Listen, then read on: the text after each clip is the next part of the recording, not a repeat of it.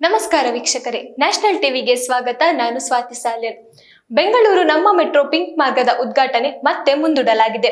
ರೈಲು ರೇಕ್ಗಳ ಕೊರತೆಯಿಂದ ಮತ್ತೆ ವಿಳಂಬವಾಗಿದೆ. ಮೊದಲು 2020ರಲ್ಲಿ ನಿಗದಿಯಾಗಿದ್ದ ಉದ್ಘಾಟನೆ ಕಾರ್ಯವು ಈಗ ಮೇ 2026ಕ್ಕೆ ಮುಂದೂಡಲಾಗಿದೆ.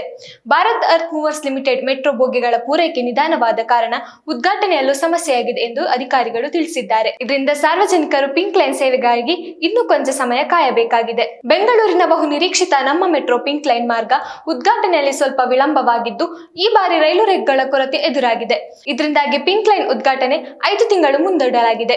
2020ಕ್ಕೆ ಎಲ್ಲ ಸಿದ್ಧತೆಗಳಾಗಿ ರೆಡಿಯಾಗಿದ್ದ ಮೆಟ್ರೋ 21.25 ಕಿಲೋಮೀಟರ್ ಕಾಳೇನಾಗ್ರಹಾರದಿಂದ ನಾಗಾವರ ಕಾರಿಡಾರ್ ವರೆಗೆ ಮುಂದೂಡಿಕೆಯಾಗಿದೆ. ಮೊದಲು 2025ರ ಅಂತ್ಯಕ್ಕೆ ಉದ್ಘಾಟನೆ ಮಾಡುವುದಾಗಿ ನಿರ್ಧರಿಸಿತ್ತು.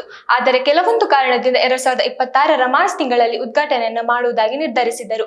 ಆದ್ರೂ ಇಲ್ಲಿ ಕೂಡ ರೇಕ್ಗಳ ಸಮಸ್ಯೆಯಿಂದಾಗಿ ಮತ್ತೆ 2026ರ ಮೇ ತಿಂಗಳಿಗೆ ಮುಂದೂಡಲಾಗಿದೆ. ಎಲಿವೇಟೆಡ್ ಸ್ಟೇಷನ್ಗಳು ಸಿದ್ಧವಾಗಿದ್ದರೂ ಪ್ರಾಯೋಗಿಕ ಚಾಲನೆಗಾಗಿ ಇನ್ನೂ ಯಾವುದೇ ರೈಲು ಸೆಟ್ಟುಗಳು ಬಂದಿಲ್ಲ ಎಂದು ತಿಳಿದು ಬಂದಿದೆ. ಭಾರತ್ ಅರ್ತ್ ಮೂವರ್ಸ್ ಲಿಮಿಟೆಡ್ ನಿಂದ 318 ಬೋಗಿಗಳು ಬರಬೇಕಿತ್ತು.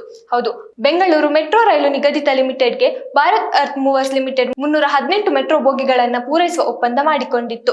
ಇವುಗಳಲ್ಲಿ 96 ಪಿಂಕ್ ಲೈನ್ಗೆ, ಇನ್ನು ಉಳಿದವು ಬ್ಲೂ ಲೈನ್ಗೆ ಎಂದು ಹೇಳಲಾಗಿತ್ತು. ಆದ್ರೆ ಭಾರತ್ ಅರ್ತ್ ಮೂವರ್ಸ್ ಲಿಮಿಟೆಡ್ ಕಡೆಯಿಂದ ಯಾವುದೇ ರೈಲುಗಳು ಬಂದಿಲ್ಲ ಎಂದು ಹೇಳಲಾಗಿದೆ.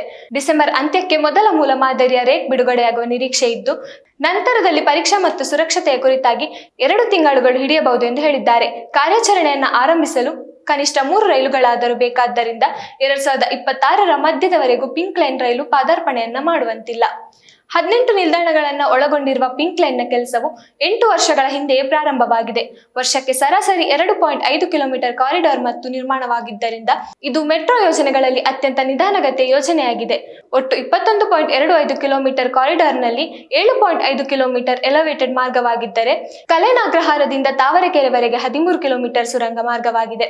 ಡೈರಿ ಸರ್ಕಲ್ನಿಂದ ನಾಗಾವರದವರೆಗೆ ಸುರಂಗ ವಿಭಾಗವು ಡಿಸೆಂಬರ್ 2026ರ ವೇಳೆಗೆ ತೆರೆಯುವ ನಿರೀಕ್ಷೆ ಇದೆ. ಎಲಿವೇಟೆಡ್ ಮಾರ್ಗವು ಕಲೇನಾಗ್ರಹಾರ, ಹುಳಿಮಾವು, ಐಐಎಂ ಬೆಂಗಳೂರು, ಜೆಪಿ ನಗರ, ನಾಲ್ಕನೇ ಹಂತ, ಜಯದೇವ ಮತ್ತು ತಾವರೆಕೆರೆ ಮುಂತಾದ ನಿಲ್ದಾಣಗಳನ್ನು ಒಳಗೊಂಡಿರಲಿದೆ. ಭಾರತ್ ಅರ್ತ್ ಮೂವರ್ಸ್ ಲಿಮಿಟೆಡ್ ರೈಲುಗಳನ್ನು ವಿತರಿಸಿದ ನಂತರ 3 ಅಥವಾ 4 ರೈಲುಗಳೊಂದಿಗೆ ಎಲಿವೇಟೆಡ್ ಮಾರ್ಗದಲ್ಲಿ ಸೇವೆಗಳನ್ನು ಆರಂಭಿಸಬಹುದು ಎಂದು ಮೆಟ್ರೋ ಅಧಿಕಾರಿಗಳು ತಿಳಿಸಿದ್ದಾರೆ. ಆದ್ದರಿಂದ ಪಿಂಕ್ ಲೈನ್ ಮೆಟ್ರೋ ಪ್ರಯಾಣಿಕರಿಗೆ ನಿರಾಸೆಯ ಮೇಲೆ ನಿರಾಸೆಗಳು ಎದುರಾಗ್ತಿವೆ. ಮುಂದಿನ ದಿನಗಳಲ್ಲಿ ಪಿಂಕ್ ಲೈನ್ ಮೆಟ್ರೋ ಪ್ರಾರಂಭವಾಗುವ ಸಾಧ್ಯತೆ ಇದ್ದು, ಇದಕ್ಕಿಂತ ಮೊದಲು ಬೇರೆ ಮೆಟ್ರೋ ಲೈನ್ ಉದ್ಘಾಟನೆಯಾಗಬಹುದಾ ಅನ್ನೋದನ್ನು ನಾವು ನೋಡ್ಬೇಕಷ್ಟೇ.